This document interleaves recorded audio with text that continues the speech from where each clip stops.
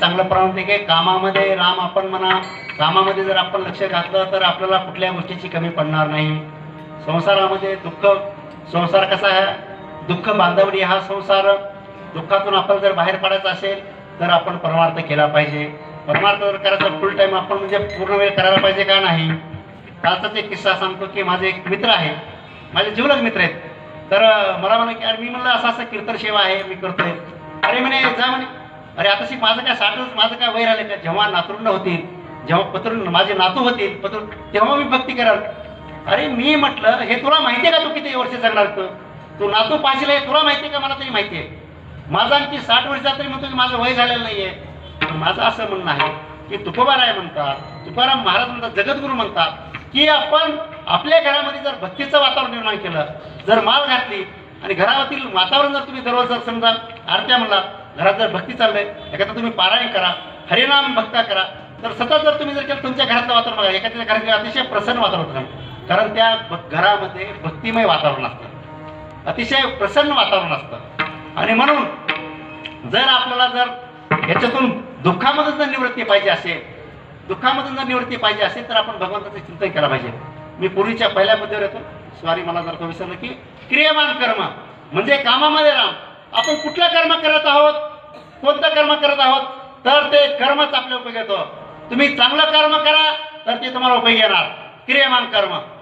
आणि मग हे जे आपलं चांगलं जे पुण्यकर्म आहे ते कुठं असतं, संचित मध्ये.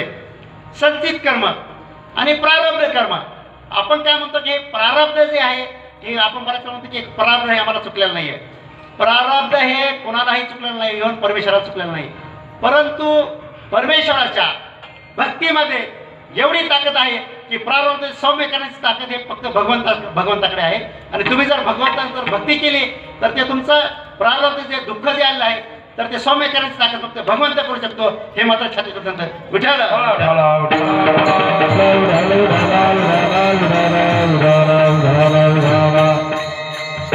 म्हणजे आपण कर्म करत असताना क्रियमान कर्म, संचित कर्म आणि प्रारब्ध. आजकाल काय झालं बघा, आपलं काय होतं, पहिल्या काळात काय होतं की तू पाप केलंय तर पुढच्या जन्मात मिळतील. पण सध्याचा जमाना, भरत चौरे महाराज आहेत, ते पोलीस खात्यामध्ये आहेत, अधिकारी इन्स्पेक्टर आहेत. आता आम्ही कोर्टामध्ये काम करत असताना, न्यायाधीश म्हणून काम केलं, सध्या फौजदार हे काम करत असताना तिथं मुकुडार साहेब बसल्यात, फौजदारीचा अनुभव ते काम करतात, तात्यासाहेब बसले आहेत कोर्टातले. आम्ही हे बघत असताना होतं काय माहिती का, कोर्टामध्ये असंख्य प्रकारच्या आतापर्यंत हजारो केसेस मी फौजदारी बघितल्या. परंतु तुम्ही जर कर्म जर चांगलं नाही केलं तर तुम्हाला याच जन्मात याच देही तुम्हाला हे भोगावं लागतं. केले कर्म झाले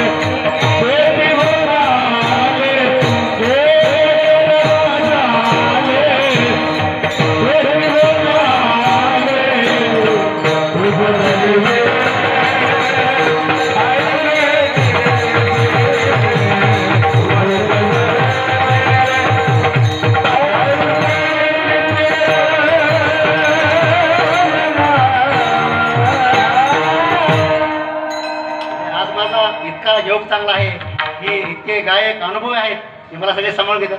या संदर्भात मी एक छोटासा दृष्टांत देतो की कोर्टामध्ये काम करत असताना मी का बोलतो, हे अतिशय मी जे बोलतो आहे अतिशय सत्य बोलतो आहे, त्यात कुठल्याही प्रकारचं नाही आणि प्रमाणाला धरून आहे.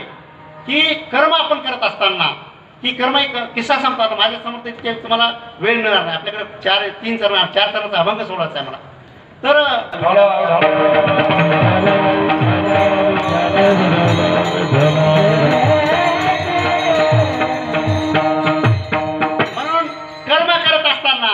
अतिशय चांगलं कर्म, मोह मत्सर दिवस कोणाचा केला पाहिजे. काम आहे दैवत, आपण कामाला राम. काम आपण जर कुठल्याही प्रकारचं आपल्याला कमी पडणार नाही. आणि म्हणून हे जर मिळवायचं असेल, तुकोबाराय म्हणतात, तुकाराम जगद्गुरू काय म्हणतात, सकाळांच्या पाया माझे दंडवत, सकाळांच्या पाया माझे दंडवत, आपुलाने चित्त शुद्ध करा. चित्त आपलं शुद्ध पाहिजे. अभंगांचा दुसरा चरण. पाया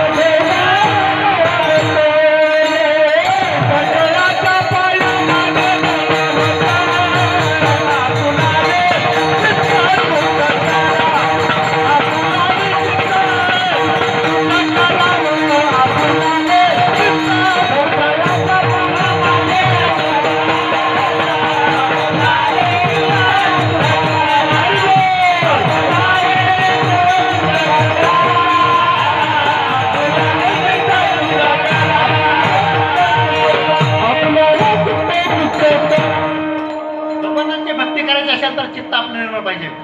चित्त ते निर्मळ जैसे नवनीत जाणे जे अनंत तया माझी. म्हणजे चित्तही आपलं कसं निर्मळ पाहिजे भगवंताची भक्ती करत असताना. तुका म्हणा चित्त करा रे निर्मळ.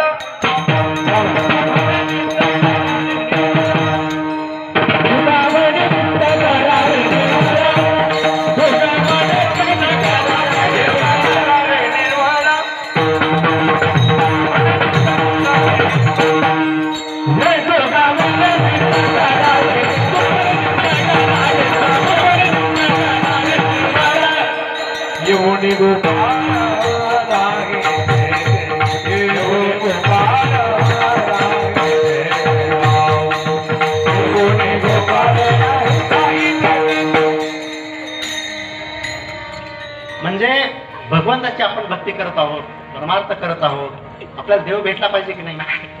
म्हणून मग आपण काय म्हणतो, जीवनामध्ये आपल्या जे दुःख आलेलं आहे तर दुःखाची निवृत्ती करत असेल आपला. हे बघा, प्रारब्ध हे आपण दुःख असल्याशिवाय काय होईल का, कल्याण का, सगळं आनंदी जीवन पाहिजे का, त्याचं उत्तर नाही. आपला सतत आनंद पाहिजे, सुख पाहिजे का, नाही. म्हणून सुख जर पाहिजे, काही दुःखाचा सुद्धा प्रसंग आहे तर ते जर आपण भगवंताची जर भक्ती केली तर ते दुःख सहन करण्याची ताकद मात्र आपल्याला भगवंत देतो. आणि म्हणून गोकुळातील एक प्रसंग आहे की हरिने माझे हरिले चित्त वित्त भार विसरले. गोकुळातील गवळणींची अशी अवस्था होती की हरिले चित्त वित्त भार विसरले. म्हणजे गोकुळात जे गवळणी होत्या श्रीकृष्णाच्या मथुरेमध्ये, तर ते हे करत असताना त्यांचं असं म्हणणं होतं की हरिले चित्त, म्हणजे भगवंत श्रीकृष्णाने त्यांचं चित्त सगळं हरून घेतलं होतं. इतक्या त्या भक्तिमय होतं. भार वित्त विसरले. आणि म्हणून काय होतं की संत कबीर असं म्हणतात की त्या गवळणीचा इतका भाव शुद्ध होता, मथुरेमध्ये गवळीचा भाव इतका शुद्ध होता. कबीर म्हणतात म्हणजे गवळणीचा राधेचा भाव किती होता श्रीकृष्ण भगवंतावर. हे म्हणून चित्त तसं पाहिजे. चित्त जे जैसे नरमेळ जाणे जाण्यानंतर जया माझी. चित्तही तुमचा भगवंताची भक्ती करत असताना अतिशय शुद्ध चित्त पाहिजे. म्हणून मी सुरुवातीला म्हणलं की उपदेश आणि चित्त, भगवंताची भक्त असताना चित्त आपलं काय होतं, मन, की बऱ्याच वेळा आपण इकडे तिकडे आपण सतत भक्त असतो, मनापासून करतो का नाही, आपण काम करतो मात्र लक्ष मात्र सगळंच असतं. म्हणून जे भगवंताचं जे आता मथुरेचं जे सांगितलं की तुम्ही चित्त मात्र तुमचं जागेवर पाहिजे. चित्त ज्यावेळी तुमचं जागेवर आहे, चित्त म्हणजे त्यावेळी भगवंताची जर भक्ती तुमचं चित्त जागेवर आहे, तुमचे सगळे संकट दूर होतील. बरोबर आहे की नाही. आणि म्हणून की चित्त जे आहे भगवंताची भक्ती करत असताना तर चित्त हे शुद्ध पाहिजे. भावदा विशुद्ध देखून हे चित्त, तर भाव आपला कसा पाहिजे, शुद्ध पाहिजे भगवंताचे करत असताना.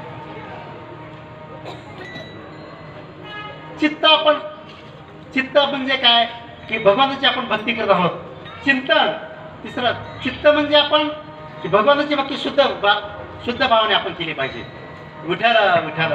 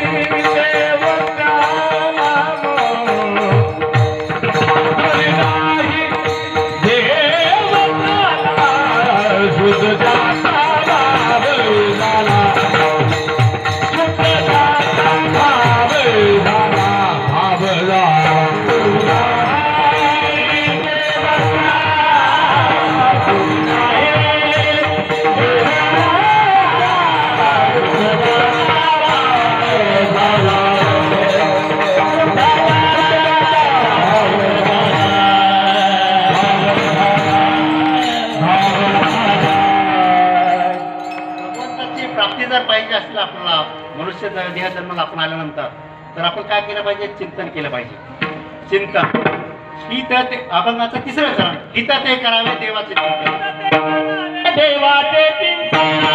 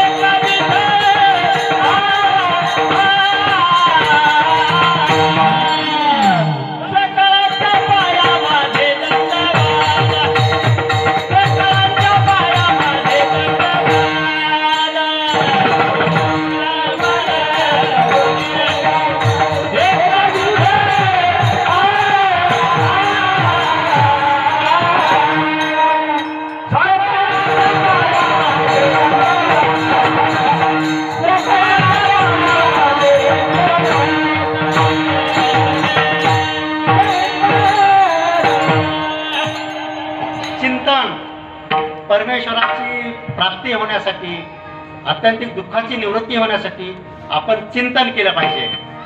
चिंतन कसं करायला पाहिजे? मनोभावे केलं पाहिजे आपण चिंतन जर आपण केलं तर आपण नवविध भक्तीचे प्रकार करता वेळ फार कमी आहे की हित ते करावे देवाचे चिंतन करून या मन विकेवत. आपलं चिंतन जे आहे अतिशय मन वडाय वडाय उभ्या पिकातला डोरं किती हाकला फिरत पिकावर येतं. म्हणजे आपलं मन कसं, आपण भक्ती करत असताना काय होतं की आपण नामस्मरण करतो. आपण पाप आणि पुण्य हे ठरवण्याकरता येणे आपोआप होत नाही आपल्याला. आपल्या आपल्या हातावून घडतं. पाप पुण्य जर बराबर झालं तर आपला नरदय परत मिळतो. परंतु आपल्याला मोक्ष जर पाहिजे असेल तर मात्र आपण भगवंताचं नामस्मरण केलं पाहिजे. नामस्मरण चिंतन जर करत असेल तर आपण काय की वाणीचे आपण चिंतन कसं केलं पाहिजे. चिंतनाचे अनेक प्रकार आहेत की आपण वैखरी वाणी आहे. मोठ्याने जर आपण ज्यावेळी नामस्मरण करतो ते मोठ्याने आपण म्हणतो की जय जय राम कृष्ण हरी विठ्ठल विठ्ठल, तर ही वैखरी वाणी आहे. त्याच्यानंतर आपण मध्यमा वाणी आहे. मध्यमा वाणी आणि त्याच्यानंतरची पश्चंती वाणी आहे. मध्य म्हणजे कंठातला थोडक्यात आपण हवा थोडक्यात मध्यमा, आणि त्याच्यानंतर पश्चंती आहे. कंठात आपण जप करतो. आणि चौथी जी वाणी आहे त्यातली परावाणी. तर मनुष्य देहाचा मन आल्यानंतर हे वाणीचे जे प्रकार आहेत आपण चिंतन करतो, आपण नामाची भक्ती करतो, नामस्मरण करतो. की बऱ्याच वेळा काय होतं की आपण आता इथे कीर्तनाला आहोत. कीर्तनात की महाराजांनी सांगितलं की आपण नामस्मरण करायला पाहिजे. कलयुगामध्ये की फक्त नामस्मरण माणसाला फक्त तारून नेईल, दुसरी कुठलीही शक्ती नाही. तुम्ही नामस्मरण करा की तुम्हाला ही शक्ती तारून नेईल. बघा आपण बघितलं की वाल्याकोळाचं उदाहरण सगळ्याला माहिती. पुन्हा आणखी तुम्ही म्हणता की महाराज हे परत जुनच सांगतात. वाटपाळा कोळीको नामस्मरे आणि वाल्याकोळी पातकी भूमंडळी त्याने केले नामस्मरण रामराम आणि झाली पातकांची होळी. म्हणजे वाल्याकोळी काय होतं, त्यांनी 7 रांजणी सगळे भरून ठेवले होते. कसे प्रत्येकाचा खून केला की रांजात एक काळ टाकायचा. प्रचंड पापी. आणि एकदा नारद मुनी चालले आणि नारदांनी लोक म्हणले गावात नारद मुनी महाराज तुम्ही कशाला जाता, तिकडं वाल्याकोळी आहे ते तुम्हाला अडवण. ते म्हणे काय हरकत नाही म्हणे, बघूया म्हणे, मला तेच पाहिजे म्हणे. आणि जंगलामध्ये जात असताना नारद मुनींना अडवलं. थांब म्हणे. थांबलं तर नारद काय म्हणे, अरे तू म्हणे इतकं पाप करतो आहोस आणि कशासाठी करतोय. नाही म्हणे मी पाप करतोय, माझ्या बायको आहे, माझी मुलं बाळ आहेत, त्याच्यासाठी मी करतो आणि कमवतोय. मला नारद मुनी त्यांना हसून म्हणाले की हे बघ, तू जे हे कापलं तुझ्यापेक्षा कुत्र बरं मांजर भरते हे तर पाप करून ते पोटं भरत नाही. तू मात्र मनुष्य देहाचा वध करतो आहोस आणि हे सगळं कर्म करत आहोस, हे कधी तुझ्या कामाला येणार नाही. तुला जर असं वाटत असेल तर तू घरी जा, तुझ्या बायका पोरांना विचार की मी जे हे पाप करत आहो, हे जे सगळं कष्टकृत आहे, लोकांना मारतो आणि तुम्हाला खाऊ पिऊ घालतो, ते घरी विचारून ये आणि मग मला तू मार. असं नारद वाल्याकोळी म्हणाला, वा म्हणे शेंडीवाले महाराज, ही चांगली युक्ती आहे तुमची सुटून जाण्याची. नारद मुनी म्हणाले की तुला जर असं वाटत असेल इथं मोठं झाड आहे, झाडाला मला बांधून ठेव. हा हे बरोबर आहे म्हणे, काय हरकत नाही म्हणे, हे मात्र मी पटलं. तर हे त्या पूर्वीच्या काळातलं माहित नाही. नारद मुनीला आपलं बांधून ठेवलं. ठीक आहे म्हणा, विचारून येतो. घरी गेला, पत्नीला विचारलं, का ग मी हे पाप करत आहो, हे सगळं तुम्हाला तुमचं भरण करत आहे, सगळं मी घरी आणून देत आहे, तर मी हे पाप करत मी तुम्ही सहभागी आहे का तू. पत्नी म्हणाली अजिबात नाही म्हणे, हे तुमचं कर्तव्य आहे म्हणे, आम्ही काय नाही. मुलाला विचारलं तर मुलगा म्हणे हे आम्ही करू शकत नाही, आम्ही तुमच्या पापात सहभागी नाही. आणि म्हणून या अनुषंगाने तुकाराम महाराज म्हणतात, तुका म्हणे नग्न माझं, तुका म्हणे नग्न माझं, पुढचं मला काही आठवत नाही, तुका म्हणे नग्न माझं खरेदी काहीतरी आहे ते. तर हे आम्ही तुमच्या कुठल्याही पापात सहभागी नाही असं त्यांच्या बायकोनी सांगितलं, मुलांनी सांगितलं. आणि मग खजील मन घेऊन वाल्याकोळी परत नारद मुनींकडे आला. नारद मुनी म्हणाले काय झालं, विचारलं तू. नाही म्हणे, विचारलं म्हणलं पण कोणीही नाही.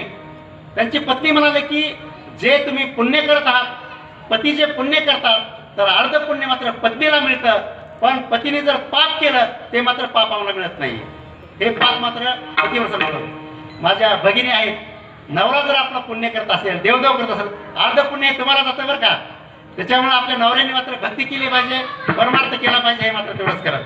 अर्ध नवरा जर करत असेल, पुण्य करत असेल, भक्ती करत असेल, परमार्थात कीर्तनात जात असेल, नामस्मरण करत असेल, तर अर्ध पुण्य मात्र तिच्या अर्धांगीला मिळते, हे मात्र सत्य आहे.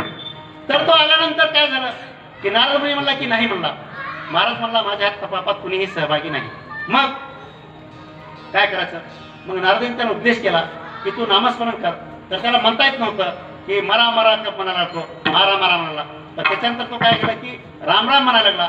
आणि वाल्या कोळ्यांनी तर वाल्या कोळ्याचा वाल्मिक ऋषी झाला आणि त्यांनी रामायण नेलं.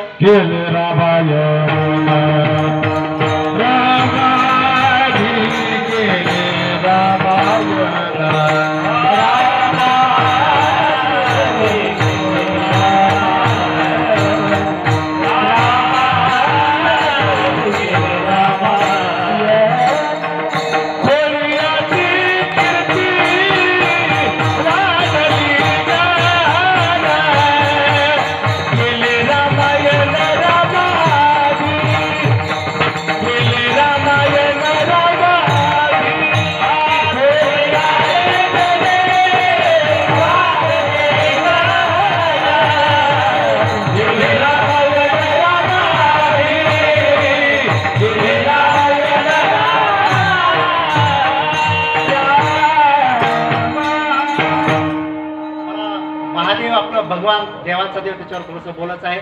तर एक मिनिट आपण भजन करूया की नमः शिवाय ओम नमः शिवाय. 2 मिनिटं भजन करूया. ओम नमः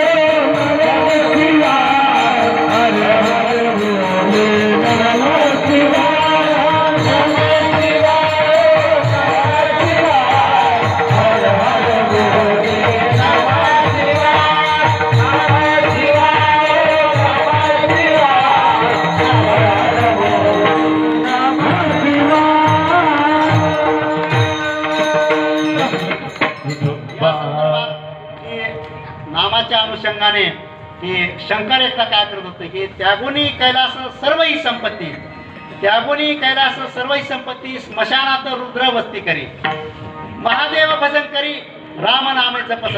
राम दे राम दे राम दे राम दे राम दे राम दे राम दे राम दे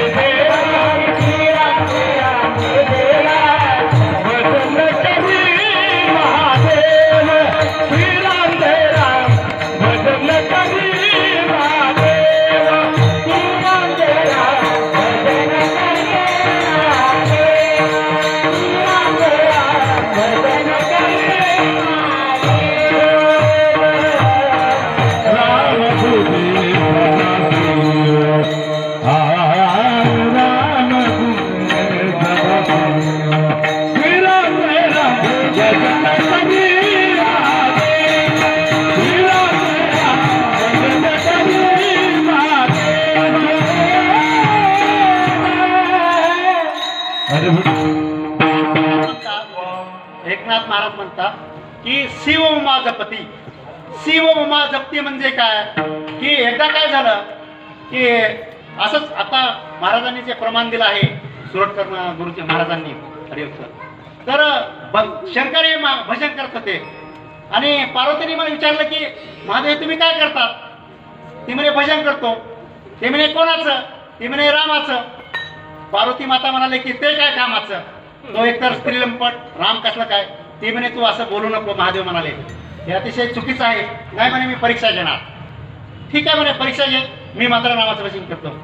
आणि मग पार्वती मातेनं राम हे आपलं जंगलात होते, अरण्यात असताना ते सीतेला मिळवतं, ओ सीते ओ सीते धावा करत होते.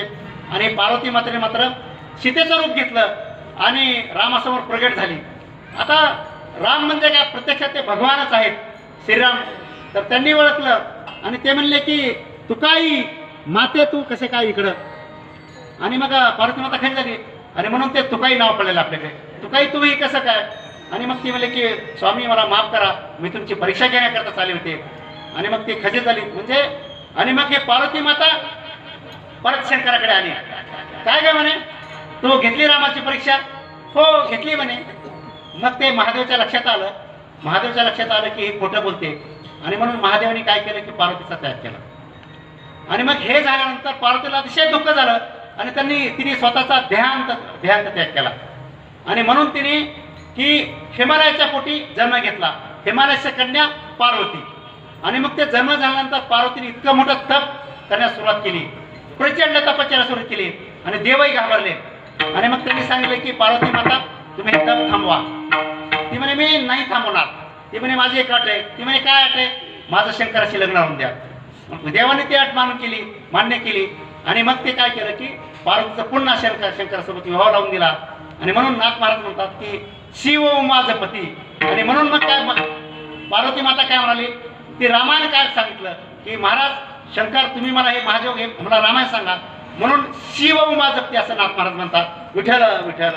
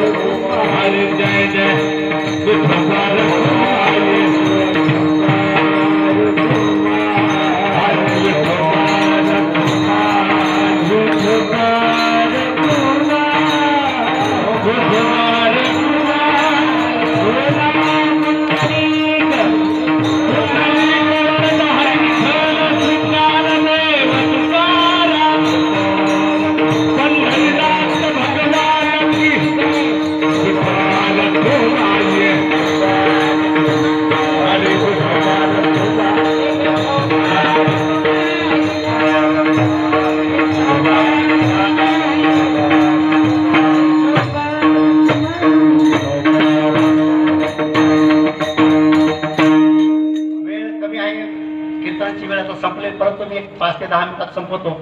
तर एक तर आज तब्येतही बरी नव्हती माझी. तर तुकोबारायांचा जो अभंग जो आहे की तुका म्हणे लाभ होय तो व्यापार करा काय फारशीच व्हावे.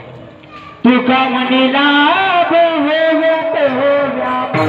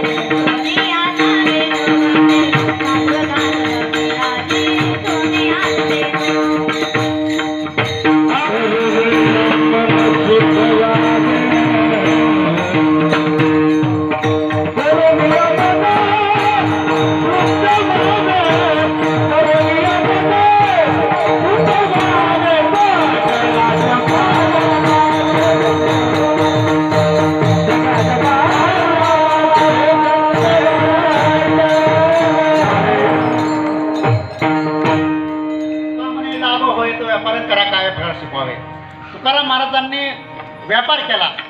अगोदर याचं घरी पण आपलं याचं दुकान होतं त्यांचं, त्यातही त्यांना तोटा आला. जे सावकारिकीचं जे देणं होतं तुकाराम महाराजांना, की ज्यांच्याकडे देणं होतं त्यांनी त्या वह्या मात्र इंद्रायणीने बुडवल्या. लाभ झाला त्यांना, की त्यांनी सांगितलं की त्यांचं जे बंधू होते हरी, तर ते म्हणले की तुझ्या हिशेचं तुझं धर, पण माझ्याकडे जे लोकांचं जे लोकांकडून झाला मी हे नाही, मी घेणार नाही. त्यांनी त्या हिशोबाच्या वह्या इंद्रायणीत बुडवल्या. तुका म्हणे लाभ होय तो व्यापार. आपलं हित कशाच आहे, करा काय व्यापार. आपलं जे हित आहे, हित कशाचं आहे, एकच ही विठ्ठल. विठ्ठलाचं नाम हेच मात्र आपलं सर्वस्व आहे. भक्ती हेच सर्वश्रेष्ठ आहे. म्हणून त्यांनी कशात पाहिजे की करा काय व्यापार. तुका म्हणे लाभ होय तो व्यापार. आता होतं काय, आपला संसार करत असताना आपण काय करतो, हे सगळं माझं माझं म्हणतो. तुकाराम महाराज काय म्हणतात, तुका म्हणे राखोने गुरे, तुका म्हणे गुरे राखोने गोवारी परी त्याची लाभ नाही धनी. म्हणजे काय होतं की पूर्वीच्या काळी तुकाराम महाराज, आता सुद्धा आपले 10-15 वर्षापूर्वीचा काळ लक्षात घेतला की शेतकऱ्याकडे मात्र गुरे असायची. गुरे गाई असायच्या, म्हशी असायच्या, बैल असायचा, आणि त्याच्या मागे गुराखी असायचा. आणि त्याच्यामध्ये काय असायचा की गडी लावला असायचा. इव्हन मी लहान असताना सुद्धा आमच्याकडे गाई म्हशी भरपूर होत्या, तर तो गुराखी काय सांभाळायला जायचा. म्हणून त्या काळातलं तुकाराम महाराज म्हणतो की तुका म्हणे राखोनी गुरे गोवारी परी त्यास धनी लाभ नाही. म्हणजे त्यांनी कितीही गुरं जरी सांभाळली पण लाभ त्याला आहे का, नाही. लाभ कोणाला आहे, धन्याला. म्हणून संसारात आपण संसार करत असताना, हे जीवन जगत असताना करत असताना हे सगळं माझं माझं म्हणून करतो की माझे मुलं आहेत, माझी बहीण आहे, माझी संपत्ती आहे, माझी गाडी आहे, हे सगळं आपण बरोबर घेऊन जाणार काय. म्हणून आपण काय संसार करत असताना आपण लाभ कशात घेतला पाहिजे, आपण ते इमानदारी केली पाहिजे. जेवढं तुम्ही इमानदारी कमवाल, की जेवढं तुम्ही इमानदारीने भक्ती करत तुम्ही कराल, तर तेवढा तुमचा लाभ असेल, तुमचा नक्कीच फायदा झाला, कल्याण झालं. हे मी मात्र छातीपूर्ण सांगतो. तुमचं कल्याण कशात आहे, तर भगवंताच्या नामस्मरणात आहे. मी एक साधी गोष्ट आहे, छोटीशी गोष्ट सांगतो. ज्येष्ठी तर सगळे अभ्यासक आहेत, परीक्षक आहेत, तरी मी मोठं आत्मविश्वासाने बोलतोय की भगवंताच्या नामामध्ये इतकी प्रचंड ताकद आहे की तुमचे वाईट विचार बदलून टाकणे ताकद या परमार्थामध्ये आहे. भक्ती संपत आहे. आणि म्हणून नामस्मरण जे आहे की माझं स्वतःचा मला अनुभव आहे की ज्यावेळी तुम्ही नामस्मरण करतात की चांगले वाईट विचार त्यातून उलटून टाकण्याची, मनातून मन शुद्ध करण्याची ताकद ह्या फक्त भगवान परमात्म्याची आहे. आणि सगळं तुम्ही भगवंतावर सोडून द्या. पण असं नाही की आपण सगळं कामधंदा सोडायचं आणि टाळ मंत्र कुणाचे, असं बिलकुल नाही. हे हरिभक्तपरायण जाधव महाराज आहेत, आमचे चांगले मित्र आहेत. ते बघा ते दिवसभर काम करतात, टेरिंगचं आहे, परंतु मात्र ते सतत नामस्मरण असतात, संध्याकाळी कीर्तनात असतात आणि ते सेवा देतात. खरं ते बघा आमचे चौरे महाराज आहेत, ते पण आता स्वतः पोलीस सेवेत असून इतकं दररोज मात्र कामाची इमानदारी करतात आणि भगवंताच्या चरणी ते मात्र सेवा देतात. आमचे कुटे महाराज आहेत, ते सुद्धा नोकरी करतात पण इथं सेवा देतात. आता बाकी ताई महाराजांनी सुद्धा फार चांगलं प्राण दिलं, त्यांचा खूप आभारी आहे. तर सांगायचा उद्देश असा होता की तुका म्हणे लाभ होय तो व्यापार करा, काय फार शिकवावे. म्हणजे तुम्ही असा व्यापार करा, असं तुम्ही काम करा की त्यात तुमचं हित आहे, की जेणेकरून भगवंताचं नाम घेतलं पाहिजे. विठ्ठल विठ्ठल विठ्ठल